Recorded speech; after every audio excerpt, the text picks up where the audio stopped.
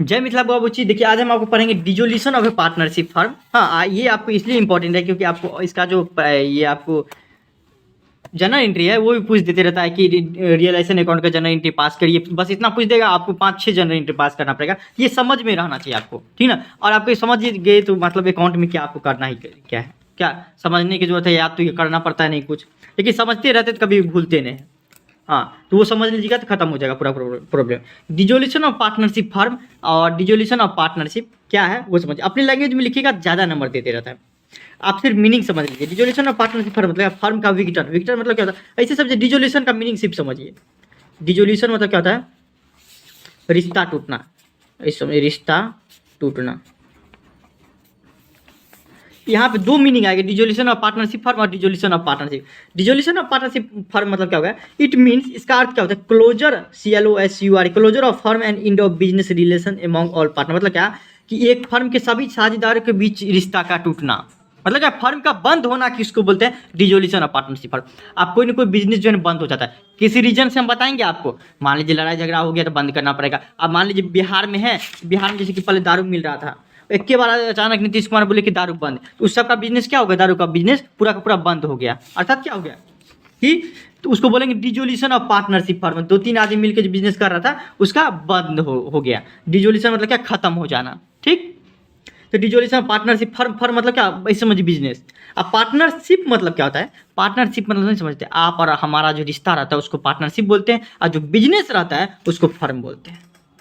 फिर समझिए, any change in the relation of the partner is called dissolution of partnership. Dissolution मतलब क्या, टूटना।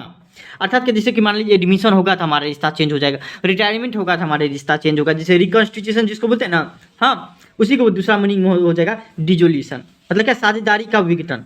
साझेदारी मतलब क्या, आपका मेरा रिश्ता, साझेदार के बीच में जो रिश्ता रहता है, आपको 2-3 पार्टनर या जितना भी पार्टनर मिलकर बिजनेस चलाता है, हाँ, तो उसका जो रिश्ता रहता है, डिसोल्यूशन मतलब टूटना होता है, रिश्ता टूटता है तो उसको बोलते हैं डिसोल्यूशन ऑफ पार्टनरशिप। ये इसलिए इंपॉर्टेंट है क्योंकि 5 नंबरी में पूछ देते रहता है आपको इस दोनों का डिफरेंस, ठीक। डिसोल्यूशन ऑफ पार्टनरशिप फर्म मतलब क्या कि बिजनेस का बंद हो जाना, ठीक। और डिसोल्यूशन ऑफ पार्टनरशिप मतलब क्या होता है कि साझेदारी में बदलाव हो जाना, कि एक पार्टनर, 2 पार्टनर थे, एक तीसरा पार्टनर आ गया तो साझेदारी में बदलाव हो जाएगा। 3 पार्टनर थे, एक पार्टनर मर गया, साझेदारी में बदलाव हो जाएगा, ठीक। तो ये दोनों आपको बहुत ज़्यादा इंपॉर्टेंट है और आपको ये समझने की जरूरत है, ठीक। ये दोनों से ज़्यादातर आपको जो 5 नंबरी में सबसे ज़्यादा पूछते हैं आपको कि इस दोनों का डिसोल्यूशन ऑफ फर्म क्या है। फर्म मतलब क्या, बिजनेस, बिजनेस का बंद हो जाना, साझेदारी, फर्म का समापन, और साझेदारी का समापन से आप क्या समझते हैं। ठीक है, तो पहला चीज़ याद रखिएगा, कुछ पूछता है डिफरेंस, तो पहला याद रखिएगा क्या, इस दोनों के बीच में क्या लिखिएगा, परिभाषा याद रहेगा, तो परिभाषा सबसे पहले लिखिएगा। दोनों का कहीं पे भी कोई डिफरेंस पूछता है, अंतर पूछेगा, सबसे पहले ये आपको परिभाषा लिखिएगा। इसलिए आपको परिभाषा ऊपर में ही बता दिए। इसका फर्म का मतलब क्या होता है कि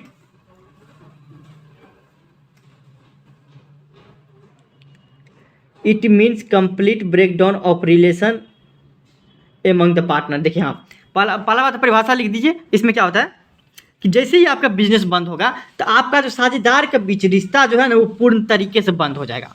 भाई बिजनेस बंद होगा तो रिश्ता क्या रहेगा साझेदार में, बिजनेस में कौन रिश्ता रहेगा, नहीं ना, है।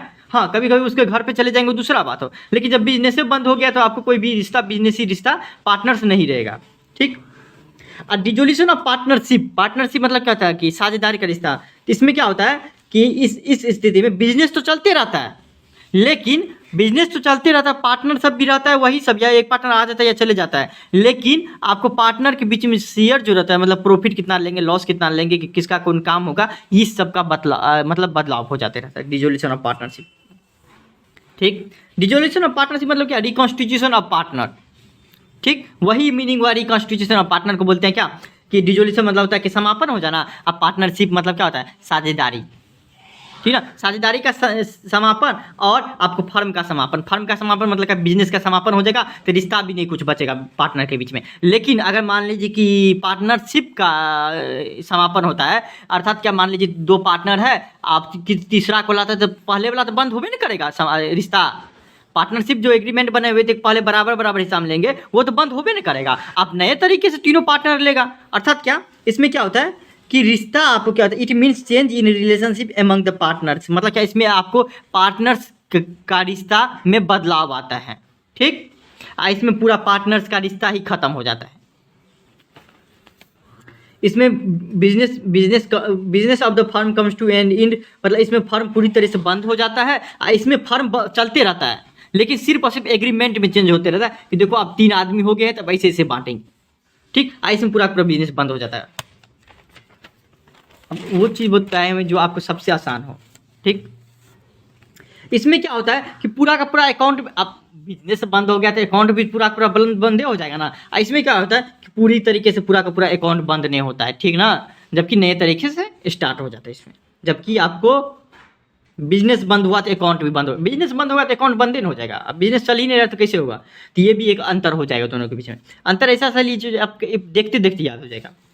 उसके बाद क्या होता है, डिजोल्यूशन ऑफ फर्म में भी वॉलंटरी और कंपलसरी। देखिए आपको कि फर्म का समापन मतलब क्या होता है, फर्म जो है ना टूट सकता है, फर्म बिजनेस बंद हो सकता है। इसमें आपको आप चाहिएगा तब पर भी बन सकता, मतलब बंद हो सकता है। मतलब वॉलंटरी, आपके भी इच्छा पे मन है कि 3 पार्टनर कर रहे थे बिजनेस, अब मन हुआ कि बिजनेस नहीं करेंगे यहाँ पे, अब अमेरिका जाकर करेंगे, तो क्या हो जाएगा, पटना में हम बिजनेस बंद कर देंगे।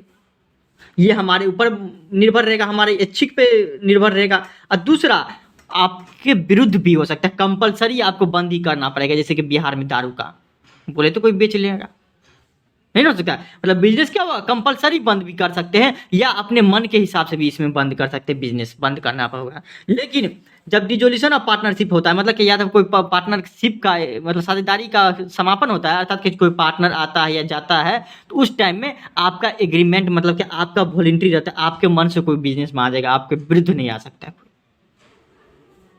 ठीक ना। और डिजोल्यूशन ऑफ पार्टनरशिप तब होगा जब आपका वॉलंटरी होगा कि चलो कोई दिक्कत नहीं, आप 2 आदमी 1 आदमी के लिए आते हैं, ठीक। तब क्या हो जाएगा कि पार्टनरशिप जो एग्रीमेंट बनाए हुए थे ऐसे ऐसे प्रॉफिट एंड लॉस बांटेंगे, उसमें बदलाव हो जाएगा। लेकिन बिजनेस बंद कभी हो मतलब आपके विरुद्ध भी हो सकता है और आपके इच्छा के हिसाब से भी बंद हो सकता है। लेकिन अगर आप एग्रीमेंट में चेंज करना चाहिएगा कुछ भी, कभी भी कर सकते हैं, तो आप पे डिपेंड है, अर्थात आपके इच्छा पे डिपेंड है। 5 नंबर में क्या होता है कि जब बिजनेस बंद होने लगता है तो उस टाइम एक ही अकाउंट बनाते हैं जिसका नाम होता है आपका, वैसे तो कैश अकाउंट सब भी बनाते हैं, इंपॉर्टेंट में है कि रियलाइजेशन अकाउंट बनाते हैं, जिसमें आपको जितना भी हमारा सामान उमान रहता है, जैसे कंप्यूटर हो गया, लैपटॉप हो गया, फिर आपको जो जितना भी बिल्डिंग विल्डिंग हो गया, लकड़ी उकड़ी रहता है बिजनेस में, वो सारा का सारा बेच देंगे ना। बिजनेस बंद हो रहा है तो क्या करेंगे, तो बेच देंगे। उसके लिए क्या करना पड़ेगा, या फिर कर्जा वाला का पैसा देना होगा, तो वो सब के लिए क्या बनाते हैं, रियलाइजेशन अकाउंट। और रिवैल्यूएशन अकाउंट तो पता ही है आपको, एग्रीमेंट चेंज होता है तो उस टाइम जो पार्टनर आएगा या जाएगा उसको कितना पैसा मिलना चाहिए कितना नहीं, हाँ उस टाइम हमारे को प्रॉफिट हो रहा है उतना दिन में कि लॉस हो रहा है, उसको पता करने के लिए क्या होता है, रिवैल्यूएशन अकाउंट बनाते हैं, ठीक। अच्छा एक चीज बताइए, 5 नंबर में ये भी बहुत ज़्यादा पूछा जाता है, आपको इस तरीके से ये लिखना है 5 नंबर, तभी नंबर देगा कि किस स्थिति में बिजनेस बंद हो सकता है, पार्टनरशिप फर्म किस स्थिति में बंद हो सकता है बाबू। तो 5 कारण देना पड़ेगा, 5 पॉइंट देना पड़ेगा, याद रखिएगा 5 पॉइंट। पहला म्यूचुअल एग्रीमेंट, मतलब पारस्परिक समझौता के कि चलिए 3-4 आदमी मिलकर बिजनेस कर रहे थे, अब कुछ हो गया तो बोले कि क्या हम लोग आप क्या करेंगे, 3 आदमी मिलकर बिजनेस कर रहे थे, अब बोले कि मुंबई जा रहे हैं या फिर दिल्ली जा रहे हैं या अमेरिका जा रहे हैं, तो अब बिजनेस बंद कर देते हैं। मतलब म्यूचुअल कंसेंट, आपसी सहमति से भी बिजनेस बंद हो सकता है। पहला तो ये रीजन हो गया कि बिजनेस बंद करना है तो आप सब आदमी मिल जाइए जितना भी पार्टनर है, और आपसी सहमति से भी बिजनेस बंद कर सकते हैं। पहला तो ये रीजन हो गया। दूसरा कंपलसरी आपको बंद करना सकता है कि आपको 110% बंद करना पड़ेगा, जब सरकार बीच में आ जाता है तब आपको बिजनेस बंद करना पड़ेगा। कब कि या when all the partner except one become insolvent, क्या हो जाता है, जब पार्टनरशिप बिजनेस में क्या होता है, पार्टनर का संपत्ति लायबिलिटी अनलिमिटेड रहता है, कि अगर मान लीजिए पार्टनर कोई पैसा नहीं दे पाता है तो उसका घर भी बेच सकता है पार्टनरशिप बिजनेस में। लेकिन कंपनी में ऐसा नहीं होता है, मुकेश अंबानी की कंपनी में पैसा लगाइए, मुकेश अंबानी कंपनी डूब जाएगा, देखिए तो आप अपने उसके घर से ले लीजिए तो पैसा नहीं देगा, नहीं देगा, क्योंकि बोलता है कंपनी में आप अपने मन से लगाइए, ठीक है ना, आप सब कुछ देख के लगाइए, ठीक है बाबू। लेकिन पार्टनरशिप में ऐसा नहीं होता। अगर पार्टनरशिप में कोई पार्टनर मान लीजिए इंसॉल्वेंट हो जाता है, अर्थात क्या दिवालिया हो जाता है, उसके पास एक पैसा भी नहीं रहता है, खाने पीने का भी लिए भी नहीं, तो उस स्थिति में भी आपको बंद करना पड़ सकता है बिजनेस, ठीक ना। और जितना कर्जा वाला होगा वो कर्जा वाला को पैसा बिजनेस बंद करके दीजिए, या तो सब पार्टनर दिवालिया हो जाए या एक पार्टनर भी दिवालिया हो जाता है, तो आपको बंद करना 100% हो जाते रहता है। हाँ कुछ दिन चलते रहता है, लेकिन एक स्थिति आते थे तो बंद हो सकते हैं। हाँ जब बिजनेस अनलॉफुल हो जाए, मतलब क्या आपको कि जब गैर कानूनी आपका हो जाए, जैसे दारू का बिजनेस हो गया बिहार में, तो आपको कंपलसरी बंद करना पड़ा, ठीक है ना। इस स्थिति में कंपल्सरी कर सकते हैं। तीसरा number dissolution by notice, notice दे के भी आपको बिजनेस बंद कर सकते हैं, मतलब सूचना द्वारा विघटन कर सकते हैं कि यदि साझेदार ऐच्छिक साझेदारी हो तो कोई भी साझेदार अन्य साझेदारों को फर्म का विघटन कराने की इच्छा लिखित सूचना देकर विघटन करवा सकता है। कि मान लीजिए 10-20 आदमी मिलकर बिजनेस कर रहा था, अब क्या कर दिए, नोटिस दे दिए कि देखो, किसी भी रीजन से नोटिस दे के बोलेंगे कि देखो ऐसा बात है, अब विघटन मतलब कि बिजनेस बंद कर देना चाहिए। ऐसी स्थिति में पहुंच गए कि बिजनेस चलने वाला नहीं तो बंद कर देना चाहिए। अर्थात क्या सूचना देके भी, नोटिस देके भी हम लोग क्या कर सकते हैं, एक दूसरे को बंद कर सकते हैं। ठीक,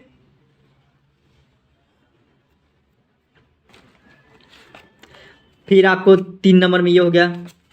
4 नंबर में ऐसी स्थिति भी आएगी कि on happening of certain event, आकस्मिक घटनाओं के घटित होने पे भी आपको बिजनेस बंद करना पड़ेगा। कि अगर मान लीजिए कोई पार्टनर मर जाता है तो मैक्सिमम टाइम में क्या हो जाता रहता है, या फिर मान लीजिए कि नॉर्मली आपको बिजनेस बंद कर देता है, महीने आदि मर जाता है तो बिजनेस बंद कर देते रहता है। ऐसा नहीं कि हर एक केस में होता है, लेकिन आपको कर सकता है कि सर्टेन इवेंट अगर ऐसा होता है कि मर जाता है तो कर देते रहता है। कोई पार्टनर दिवालिया हो गया फिर भी कर सकता है। और मान लीजिए कि हम बोले हुए थे कि 5 आदमी मिलकर बिजनेस किए हुए थे, अब 5 आदमी बोले हुए थे कितना, 10 साल तक बिजनेस करेंगे। अब 10 साल हो गया है तो क्या हो जाएगा कि बिजनेस बंद भी कर सकते हैं। ऐसा भी इवेंट आ सकता है, होता है ना, on completion of the venture, मतलब कि निश्चित कार्य पूरा होने पे बंद कर सकते हैं। या फिर मान लीजिए हम इस मकसद के लिए बिजनेस किए हुए थे, मकसद पूरा होने के बाद भी हम बंद कर सकते हैं इसमें। 5th नंबर में कि कोर्ट के द्वारा भी आपको आदेश दे दिया जा सकता है कि आपको बिजनेस बंद करना पड़ेगा। ठीक है, कोर्ट के द्वारा भी। अब मान लीजिए दवाई ववाई में गलत बना देते रहते तो वहाँ पे भी आपको देखते हैं सील मार देते रहता है कि आप बिजनेस आपका बंद हो गया। When a partner become unsound of mind, मान लीजिए कोई पार्टनर पागल हो गया, फिर भी पागल हो गया, मान लीजिए कोई दवाई बना रहा है, दवाई में जो आपको जहर मिला देगा, पागल है तो कुछ हो सकता है ना बाबू, तो उसको उस स्थिति में आपको कोर्ट के द्वारा ये बोलेगा बिजनेस बंद करो। ठीक, when A partner is formal guilty of misconduct, मान लीजिए कि कोई पार्टनर ऐसा भी हो सकता है कि टैक्स चोरी कर रहा था, हो सकता है, या गलत तरीके से माल भेजवा रहा था, गलत तरीके से मार्केटिंग कर रहा था, मोनोपोली क्रिएट कर रहा था, उस स्थिति में क्या भी कर सकता है, कोर्ट के द्वारा ये आदेश दे देगा कि उसका बिजनेस बंद कर दो।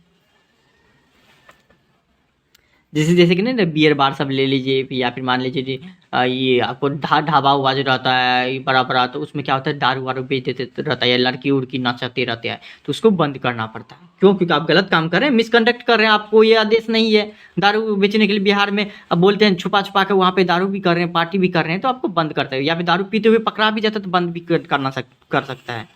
करना पड़ सकता है।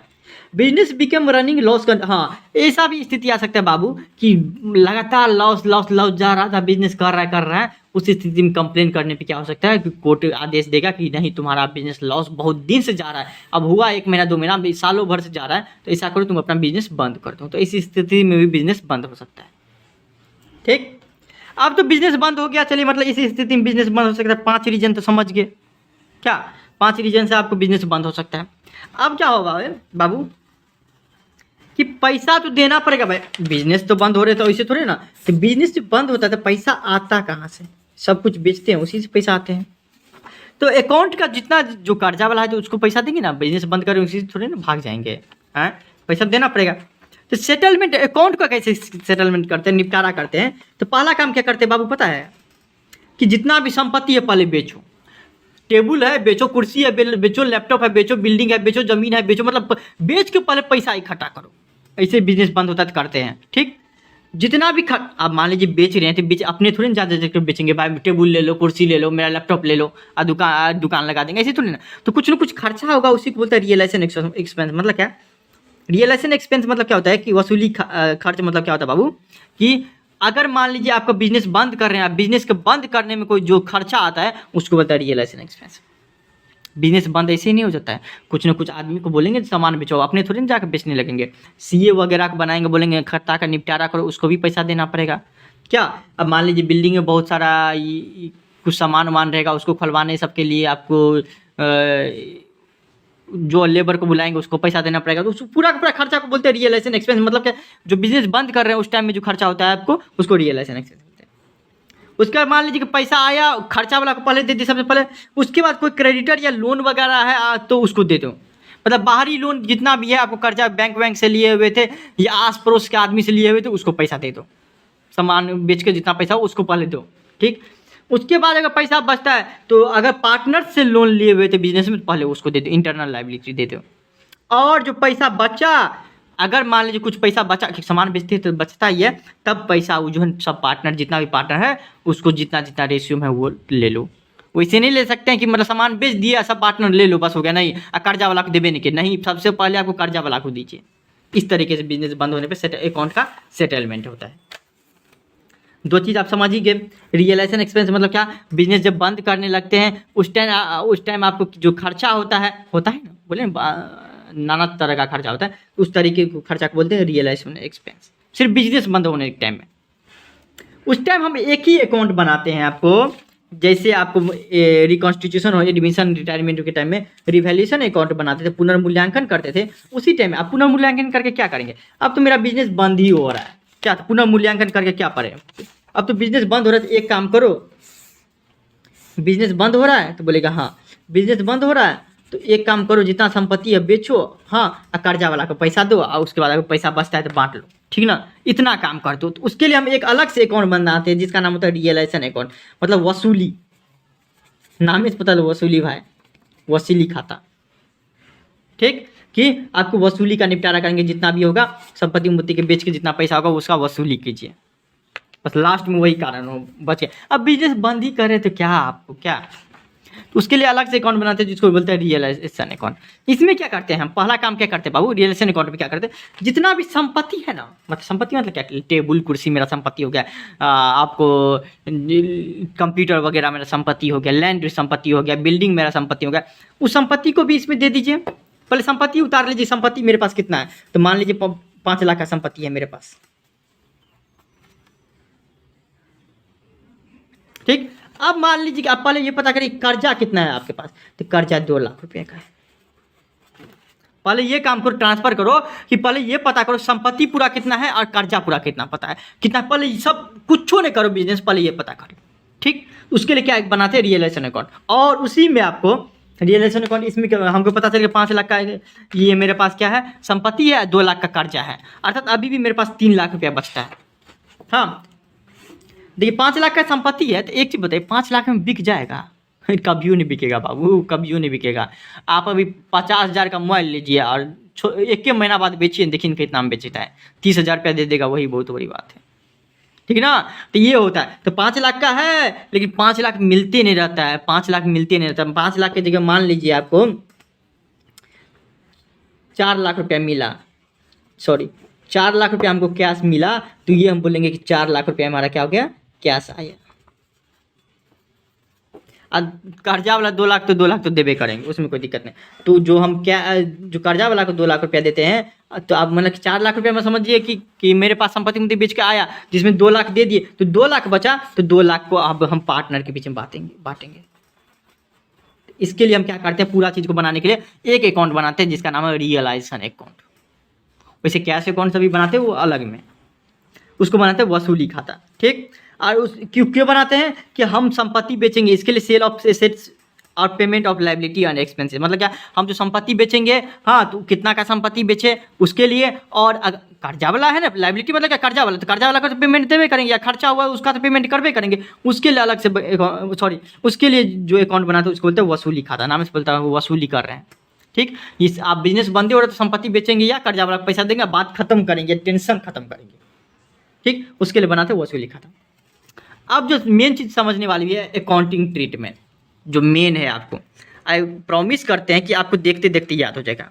पहला काम क्या करते हैं बाबू, कुछ मत करो, रियलाइजेशन अकाउंट सिर्फ बनाना पड़ता है। इसमें रियलाइजेशन अकाउंट समझने की वाली बात है, हमारे पास बिजनेस में जितना भी संपत्ति रहता है वो रियलाइजेशन अकाउंट नॉमिनल अकाउंट रहता है, ये भी आपको समझने वाली बात है। नॉमिनल अकाउंट, नॉमिनल अकाउंट का मतलब समझिए तो कोई नॉमिनल अकाउंट मतलब क्या होता है, नाम मात्र खाता। नाम मात्र खाता मतलब क्या होता है बाबू, बोले हाँ, एक्सपेंस लॉसेज को डेबिट करेंगे और इनकम प्रॉफिट को क्रेडिट करेंगे, ये याद रखिएगा।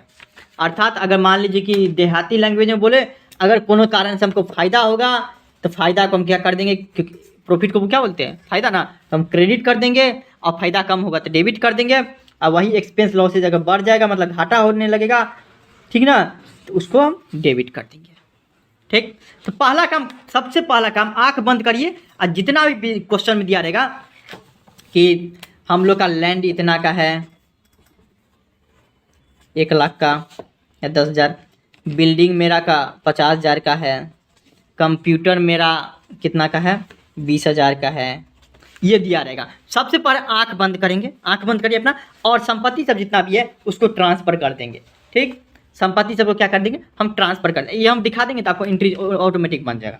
ठीक, ये हम ट्रांसफ़र करेंगे रियलाइजेशन अकाउंट में। ठीक, तो देख लीजिए, तो लैंड कितना का, जितना का है उतना पैसा, हम कोनो अमाउंट में चेंज, 1 लाख का है 1 लाख, पहले हम ट्रांसफ़र करेंगे।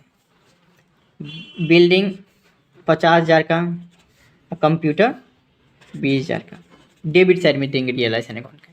ठीक, देखिए एंट्री पास करिए, कैश बैंक को छोड़ के जितना भी एसेट रहता है उसको ट्रांसफर करते बोलेगा एंट्री पास करने के लिए, एक ही एंट्री पास करेंगे, realisation account debit to assets account. Reason क्या पता है, एसेट्स को क्रेडिट, क्योंकि आप ट्रांसफर कर रहे हैं, अर्थात क्या कर रहे हैं, आप रिटेन ऑफ कर रहे हैं। ठीक है, मेरे पास 1 लाख का संपत्ति था, एक चीज बताइए, आपका अकाउंट में 1 लाख कैसे दिखता होगा, लैंड एंड बिल्डिंग अकाउंट में जाइएगा, ट्रांसफर मतलब क्या, लैंड एंड बिल्डिंग का सब कुछ खत्म कर रहे हैं, तो डेबिट है तो क्रेडिट करेंगे तो खत्म हो जाएगा। तो लैंड एंड बिल्डिंग में देखिए बाबू, ये समझ, एगो चीज समझिएगा ना, तो आपको सारा का सारा एंट्री समझ में आ जाएगा। लैंड एंड बिल्डिंग में कितना दिखता होगा 1 लाख रुपया, एसेट में टू बैलेंस ब्रोड डाउन कितना 1 लाख रुपया दिख रहा होगा, क्या यही दिख रहा होगा, 1 लाख रुपया 1 लाख रुपया 1 लाख रुपया 1 लाख रुपया, कि मतलब मेरे पास क्या है, एसेट बढ़ा हुआ है 1 लाख रुपया से, ये दिखता होगा। तो डेबिट है, इसका नाम काटना है, नाम काटना है मतलब क्या, अब सब कुछ बंद रहे हैं, 1 लाख का तो 1 लाख का पूरा का पूरा खत्म करना है, तो डेबिट रहता है तो हम क्रेडिट कर देते हैं। इसलिए हम यहाँ पे एसेट्स अकाउंट, जितना भी एसेट्स होगा एसेट्स का नाम लिखेंगे, बिल्डिंग अकाउंट क्रेडिट, उसके बाद land account credit, computer account credit कर देंगे। क्यों, क्योंकि मेरे क्या करें, पूरा का पूरा ट्रांसफर करें, अर्थात जो डेबिट है जितना अमाउंट से सेम अमाउंट से हम इसको क्रेडिट करेंगे। हाँ, बेचेंगे वो दूसरा बात है, लेकिन आपको सेम अमाउंट से ये करेंगे ताकि हमारा जो लैंड एंड बिल्डिंग नाम के अकाउंट बनाए थे वो अकाउंट खत्म हो जाए। ठीक, ये हो गया, इसलिए हम इसको क्रेडिट करेंगे। ठीक, जितना अमाउंट से था उतना अमाउंट से। सोन रिवैल्यूड, वैल्यूड बोलेंगे कि 1 लाख का बिल्डिंग था, 50,000 में बेचे तो आपको 50,000 रुपये हम लिखेंगे रियलाइजेशन अकाउंट में, नहीं। ठीक, तो टू एसेट्स अकाउंट कर देंगे, एसेट्स अकाउंट क्रेडिट करने के पीछे रीजन समझ गए, और रियलाइजेशन अकाउंट में ट्रांसफर कर रहे हैं। ठीक, देखिए उसी हिसाब से आपको लाइबिलिटी ट्रांसफर करेंगे, कर्जा सब ला सब लाइबिलिटी ट्रांसफर करेंगे। लाइबिलिटी हमारा क्या हो जाएगा, आप लाइबिलिटी क्या होता है, कर्जा, लाइबिलिटी बढ़ता है तो क्या कर दो क्रेडिट, लाइबिलिटी ट्रांसफर करने से क्या होता है, कम होता है, कम होता है तो क्या कर दो डेबिट, इसलिए हम डेबिट करते हैं। लाइबिलिटी भी उसी तरीके से जो समझाए हुए थे उसी तरह से ट्रांसफर कर देंगे। फिर टू रियलाइजेशन अकाउंट, किस साइड में, बैंक से लोन लिए हुए थे 50,000 का, क्रेडिट साइड में कर देंगे। ठीक, लाइबिलिटी हमारा कम हो जाएगा, और लाइबिलिटी कम होता है तो वो फायदा वाला बात है, इसलिए हम इसको रियलाइजेशन अकाउंट में क्रेडिट साइड में दिखाएंगे। ठीक, फायदा वाला बात को क्रेडिट साइड में, लाइबिलिटी आपको ट्रांसफर कर दी है इसमें। ठीक, ये आप ट्रांसफर कर दिए, यहाँ तक आप कुछ नहीं समझिए कि सिर्फ ट्रांसफर कर दिए। ठीक, अब देखिए क्या करेंगे, अब हम क्या करेंगे, संपत्ति बेचेंगे, जितना का 5 लाख का है संपत्ति बेचेंगे, तो बेचने से हमको पैसा आएगा, बिजनेस में पैसा आएगा तो कैश क्या हो जाएगा, पैसा बढ़ जाएगा, बिजनेस पैसा आएगा तो क्या हो जाएगा, कैश बढ़ जाएगा, कैश बढ़ता है तो क्या कर दो, डेबिट कर दो, बिजनेस हम डेबिट कर देंगे, कैश अकाउंट डेबिट, जो जनरल एंट्री पूछ रहा है, cash account debit to realisation account. ठीक, बेचने से हमको फायदा होगा, फायदा होगा तो हम इसको क्या किधर दिखाएंगे, क्रेडिट अकाउंट में। क्यों, क्योंकि रियलाइजेशन अकाउंट नॉमिनल अकाउंट है, और नॉमिनल अकाउंट क्या होता है आपको, अगर मान लीजिए फायदा का बात है, एक इनकम और प्रॉफिट होता है, क्रेडिट कर दो, इसलिए हम क्रेडिट कर दिए 4 लाख से। किस चीज़ से आया, कैश आया 4 लाख। ठीक, तो to realisation account credit, cash आया हमारे लिए फायदा का बात है, तो रियलाइजेशन अकाउंट भी क्यों होगा, वही मान लीजिए संपत्ति बेच दे तो जनरल में, जनरल एंट्री क्या होता है कि मान लीजिए अगर कोई आके पूछेगा कि आप संपत्ति बेचे, तब क्या होगा, 5 लाख का बिल्डिंग बेच दिए, तो कि अगर मान लीजिए पैसे पूछेगा 5 लाख का बिल्डिंग 11th में रहते पूछ लेते, क्या होता है, cash account debit to building account कर देते। ठीक, लेकिन आपको क्या हो रहा है, रिजोल्यूशन पढ़ रहे हैं तो cash account debit to realisation account करेंगे संपत्ति बेचने पे। ठीक, अभी जो भी एंट्री पूछेगा उसमें से, इसे एंट्री तो पूछते नहीं रहता है आपको 11th की तरह, सिर्फ ये पूछते हैं कि रियलाइजेशन अकाउंट को सारा का सारा एंट्री बताइए। हाँ, कभी कभी ऐसा भी केस हो सकता है बाबू कि जो संपत्ति है, संपत्ति बेचने, मान लीजिए कंप्यूटर है 30,000 का कंप्यूटर है या 20,000 का कंप्यूटर है, कोई पार्टनर है, 3 पार्टनर है, सी बोलेगा कि हम ले लेते 20,000 रुपये का, ऐसा होगा 20,000 कम दे दीजिएगा आप हमको पैसा ना प्रॉफिट में, लेकिन 20,000 का कंप्यूटर दूसरे को क्यों बेचेगा, हम ही को दे दीजिए। बोले ठीक है, ये भी बढ़िया बात है। उस केस में जनरल एंट्री क्या पास करेंगे कि पार्टनर, तब तो हमको पैसा नहीं मिलेगा, पैसा नहीं मिलेगा तो कैश अकाउंट की जगह हम क्या लिखेंगे, पार्टनर्स कैपिटल अकाउंट डेबिट। क्यों? क्योंकि पार्टनर्स के कैपिटल अकाउंट से पैसा काट लेंगे, अर्थात पार्टनर्स के कैपिटल अकाउंट को कम कर देंगे कि अब हमको 20,000 पार्टनर्स को कम देना। जो भी पार्टनर सी लिया तो सी का नाम आ जाएगा, इसकी सी को अब हमको 20,000 रुपये कम देना है। ठीक, तो पार्टनर्स कैपिटल अकाउंट डेबिट कर देंगे टू रियलाइजेशन अकाउंट। ठीक, रियलाइजेशन अकाउंट क्रेडिट रहेगा। पैसा दिया तो कैश, अगर कोई पार्टनर ले लिया तो पार्टनर का नाम ले लेंगे। ठीक, अकाउंट को डेबिट करने के पीछे क्या है, क्योंकि उतना पैसा हम कम देंगे, तो कम देंगे तो क्या हो जाता है, कैपिटल को कम कर दो, कैपिटल कम होता है तो क्या कर दो, डेबिट कर दो, तो डेबिट कर दो। ठीक, अब हमको लाइबिलिटी मतलब क्या, आउटसाइडर लाइबिलिटी मतलब क्या, कर्जा वाले को पैसा देना है, भाई हम उधारी मान रहे तो उससे उसको देना है, लोन लिए तो उसको देना है, तो क्या हो जाएगा, realisation account debit to cash या बैंक अकाउंट। इस स्थिति में हमारे बिजनेस से क्या जाएगा आपको, कि हमारे बिजनेस से पैसा आ जाएगा, पैसा आ जाएगा तो क्या हो जाएगा, वो एक्सपेंस लॉसेज होगा। हाँ, तो इसलिए रियलाइजेशन अकाउंट को डेबिट करते हैं, क्योंकि रियलाइजेशन अकाउंट नॉमिनल अकाउंट होता है, और नॉमिनल अकाउंट बोलता है कि अगर एक्सपेंस लॉसेज हो रहा है तो डेबिट कर दो, इसलिए हम रियलाइजेशन अकाउंट को डेबिट किया, और जितना अमाउंट पेमेंट करेंगे उतना कैश या बैंक लिख देंगे। ठीक, हाँ, ऐसा भी हो सकता है कि कर्जा वाला का पैसा देना होगा तो पार्टनर बोलेगा क्या, कि देखिए आपके पास क्या है, आप काहे ले दीजिएगा, मेरे पास पैसा है ना अभी, तो अभी दे देते हैं, बाद में आप हमको दे दीजिएगा, बिजनेस को बोलेगा, क्योंकि बिजनेस एंड बिजनेसमैन बहुत सारे सेपरेट एंटिटी। तो क्या होता है, तो बोलेगा ठीक हो, कोई दिक्कत, अभी तुम दे दो, और बिजनेस में उतना पैसा तुमको बाद में दे देंगे, बात खत्म। क्यों, ठीक है, क्योंकि बोलेगा अभी कैश नहीं है, जो जिसको हम ये करेंगे, कर्जा वाला को पैसा देना होगा तो हम बोलेंगे यार कैश तो है नहीं, कर्जा वाला बोल रहा है कि कैश दो, कैसे दो, कैसे, तो तुम्हारे पास है ये बोलेगा हाँ मेरे पास है, बोले ठीक है कोई दिक्कत नहीं, दे दो। तो उसी स्थिति में हम एंट्री पास क्या करेंगे, रियलाइजेशन अकाउंट डेबिट रहेगा ही, लेकिन मेरे बिजनेस से कैश या बैंक नहीं गया, पैसा नहीं गया मेरे बिजनेस से, जबकि पार्टनर अपना पैसा दिया है, तो पार्टनर को हमको बाद में देना पड़ेगा, तो बाद में देना पड़ेगा, इसलिए पार्टनर को बिजनेस में कैपिटल बढ़ा देंगे, कि पार्टनर्स कैपिटल अकाउंट को उतना से बढ़ा देंगे कि 20,000 रुपये तुमको हमको ज़्यादा देना पड़ेगा। बिजनेस बोलेगा तो पार्टनर्स के कैपिटल अकाउंट को उतना से बढ़ा देंगे, जितना पैसा पार्टनर अपना पर्सनल पैसा देगा उसको तो बिजनेस देगा ना, तो बिजनेस देगा पैसा, तो पार्टनर का पैसा देता है तो क्या लिखा था आपको, कैपिटल। बिजनेस में अगर पार्टनर पैसा लगाता है तो उसको बोलते हैं कैपिटल, तो कैपिटल में पैसा देना है, तो ठीक ना, तो देना है तो क्या कर देंगे, उसको पार्टनर्स कैपिटल अकाउंट को क्रेडिट कर देंगे। ठीक, टू पार्टनर्स कैपिटल अकाउंट, क्योंकि बिजनेस में पार्टनर को पैसा देगा कौन, बिजनेस, क्योंकि बिजनेस पार्टनर बोला क्या कि हम दे देते अपना पर्सनल पैसा, तो ऐसा नहीं बिजनेस थोड़ी देगा उसको पैसा, बिजनेस देगा उसको पैसा, तो बिजनेस में क्या लिखेंगे, टू पार्टनर्स कैपिटल। आप किसी को पैसा दीजिए ना, फोन पे करिए ना, क्या लिखेगा, your account has been credit, तो वही बात है कि इसको हम देंगे, अब मान लीजिए ए दे दिया है तो ए का नाम लिख देंगे, तो टू ए कैपिटल अकाउंट, ए को इतना पैसा हम कैपिटल अकाउंट पे ट्रांसफर कर देंगे। ठीक, वही हमारे बिजनेस से कैश जाता तो कैश चले गया, लेकिन कैश की जगह क्या हो गया, कैश अगर नहीं गया, मेरे बिजनेस से पैसा नहीं गया, तो पार्टनर दिया है अपना पैसा, तो पार्टनर को देंगे पैसा, तो पार्टनर कैपिटल अकाउंट को क्रेडिट कर दो। जितना भी कैपिटल डेबिट क्रेडिट रहता है ना बाबू, ये समझिए कि कैपिटल के बारे में बहुत ज़्यादा कन्फ्यूजन रहता है, कि कैपिटल अगर मान लीजिए डेबिट क्रेडिट कर रहा है, तो पहले हम क्या कर देते हैं, जितना भी अमाउंट सबसे रहता है डेबिट क्रेडिट कर देते हैं, उसके बाद क्या कर देते हैं, एक के बार जोड़ लेते हैं कि तुम्हारा कितना पैसा कमाए हो, अर्थात क्रेडिट साइड में है कैपिटल अकाउंट में, और कितना डेबिट साइड में, उसके बाद हम इसको पेमेंट कर देते हैं, लो जितना पैसा है, ठीक ना। तो क्रेडिट कर रहे हैं तो इसका मतलब नहीं कि तुरंत के तुरंत फोन पे कर दिया होगा, मतलब उसके अकाउंट में दिखा रहा होगा कि इतना पैसा आया है तुम्हारा, कमाया है, इतना पैसा तुम्हारा लॉस है। ठीक, हाँ, रियलाइजेशन एक्सपेंस पेड कर, एक बोले हुए थे रियलाइजेशन एक्सपेंस मतलब क्या होता है, वसूली भी है, मतलब क्या, जो सामान वामान बेचने में जो आपको बंद करने वक्त, जो बिजनेस बंद करने वक्त जो खर्चा आता है उसी को बोलते हैं रियलाइजेशन एक्सपेंस। तो पैसा तो पेड करना पड़ेगा, तो खर्च आनी है, रियलाइजेशन अकाउंट को डेबिट कर देंगे टू कैश या बैंक अकाउंट, टू कैश या बैंक अकाउंट, क्योंकि मेरे बिजनेस से पैसा देगा ना, खर्च आनी है तो पैसा देबे नहीं करेगा, तो टू कैश या बैंक अकाउंट। उसी केस में ये हो सकता है कि कोई पार्टनर दे दिया होगा खर्चा। अब मान लीजिए कि लेबर आया, कि लेबर जो है पूरा का पूरा कंप्यूटर खोलेगा, सब कुछ करेगा, या फिर मान लीजिए कि बिल्डिंग तोड़ के ईंटा उटा बेचेंगे, या कुछ हो सकता है यार, समझिए ना, कि फर्म बंद करने वक्त जो है ना आपको बुलाए थे किसी कर्मचारी को, उसका जो खर्चा होता है उसी को बोलते हैं रियलाइजेशन एक्सपेंस। तो बिजनेस बोलेगा कि देखो ये तुम्हारे पास है, ये बोलेगा हाँ मेरे पास है, अभी पर्सनल पैसा है ना, तुम दे दो हम तुमको पैसा दे देंगे, ठीक है ना। तो ऐसा भी हो सकता है कोई पार्टनर दे दो, तो उस स्थिति में क्या हो जाएगा, मेरे बिजनेस से कैश या बैंक नहीं जाएगा, उस स्थिति में क्या लिखेंगे, पार्टनर्स कैपिटल अकाउंट, कि ए पार्टनर कैपिटल अकाउंट, कि खर्च हानि तो होबे किया, रियलाइजेशन अकाउंट डेबिट होबे करेगा, यहाँ पे भी डेबिट हुआ था, यहाँ पे भी डेबिट, लेकिन पार्टनर पैसा हम नहीं दिए, मतलब बिजनेस नहीं दिया है, उसकी जगह पार्टनर दिया पैसा, तो पार्टनर को उतना पैसा का कैपिटल बढ़ा देंगे। ठीक, अगर आपका जैसे कि मान लीजिए कि किसी से उधारी में पैसा ये लेते रहते हैं, मान लीजिए पहले दिन हमको 100 रुपया दिया, ठीक ठीक, दूसरा दिन काम पड़ा तो वो 200 रुपया दिया।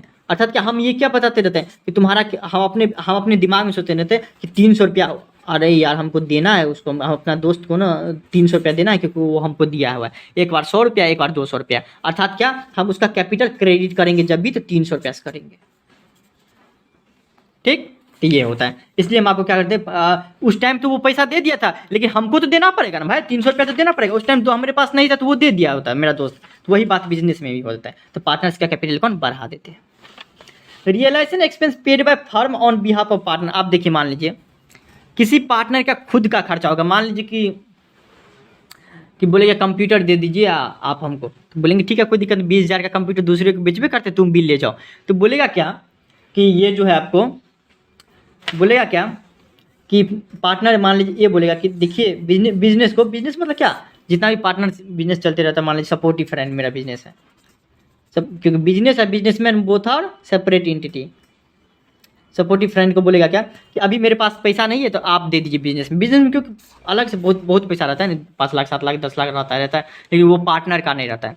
तो उस अगर मान लीजिए खर्च हानि पार्टनर का है, ऐसा भी आ सकता है कि बोलेगा क्या कि कंप्यूटर को हमको अपने घर पे भेजवाना है, तो घर पे भेजवाने के लिए रिक्शा करना पड़ेगा, रिक्शा वाला हमसे 100 रुपया मांग रहा है, ये बोलेगा। ये आया, ये बोला कि 100 रुपया हमको मतलब रिक्शा वाला मांग रहा है, लेकिन एक पास है ही नहीं, एक पास है ही नहीं। उस स्थिति में क्या बोलेगा कि बिजनेस को बोलेगा कि आप दीजिए, ऐसा भी हो सकता है। बिजनेस को बोलेगा तो बिजनेस देगा जो कि पार्टनर का खर्चा है, ठीक ना, लेकिन दे रहा है बिजनेस। उस स्थिति में क्या एंट्री पास करेंगे कि पार्टनर्स कैपिटल अकाउंट को डेबिट कर देंगे बाबू, हमारा और हमारे बिजनेस से क्या आ जाएगा, पैसा आ जाएगा, क्योंकि हम दे रहे हैं ना। हमारे बिजनेस क्या आ जाएगा, कैश और बैंक अकाउंट नाम का मतलब कैश जाएगा, तो कैश मतलब एसेट कम हो जाएगा, कम होता है क्या कर दो, क्रेडिट कर दो। अब पार्टनर्स कैपिटल अकाउंट को डेबिट इसलिए किए क्योंकि देखिए देना चाहिए था पार्टनर्स को पैसा पे, तो पार्टनर अपना दे देता, उसका अपना खर्चा था तो कोई दिक्कत ही नहीं, लेकिन उसके जगह कौन दिया, पार्टनर की जगह बिजनेस दिया है, तो बिजनेस में उतना पैसा कम देंगे ए को, तो ए को कैपिटल अकाउंट को डेबिट कर देंगे, अब तुमको ये जो है कम देंगे। मान लीजिए 300 रुपया मेरा दोस्त को दिया हुआ था, ठीक है ना, लेकिन एक अगले दिन आया 300 रुपया हम मेरे पास नहीं था तो वो दिया हुआ था, अगले दिन आया तो उसको भी भाड़ा नहीं था, तो 50 रुपया हम दे दिए थे उसको, ऐसा भी हो सकता है ना भाई, वो दिया था हम भी देते, तो अब हम उसको कितना देंगे, सिर्फ और सिर्फ 250 रुपया देंगे। अर्थात क्या कर दिया, हम इसको डेबिट कर दिया कि उतना कम देंगे हम, ठीक। तो वही बात पार्टनर्स कैपिटल अकाउंट को डेबिट कर देते हैं।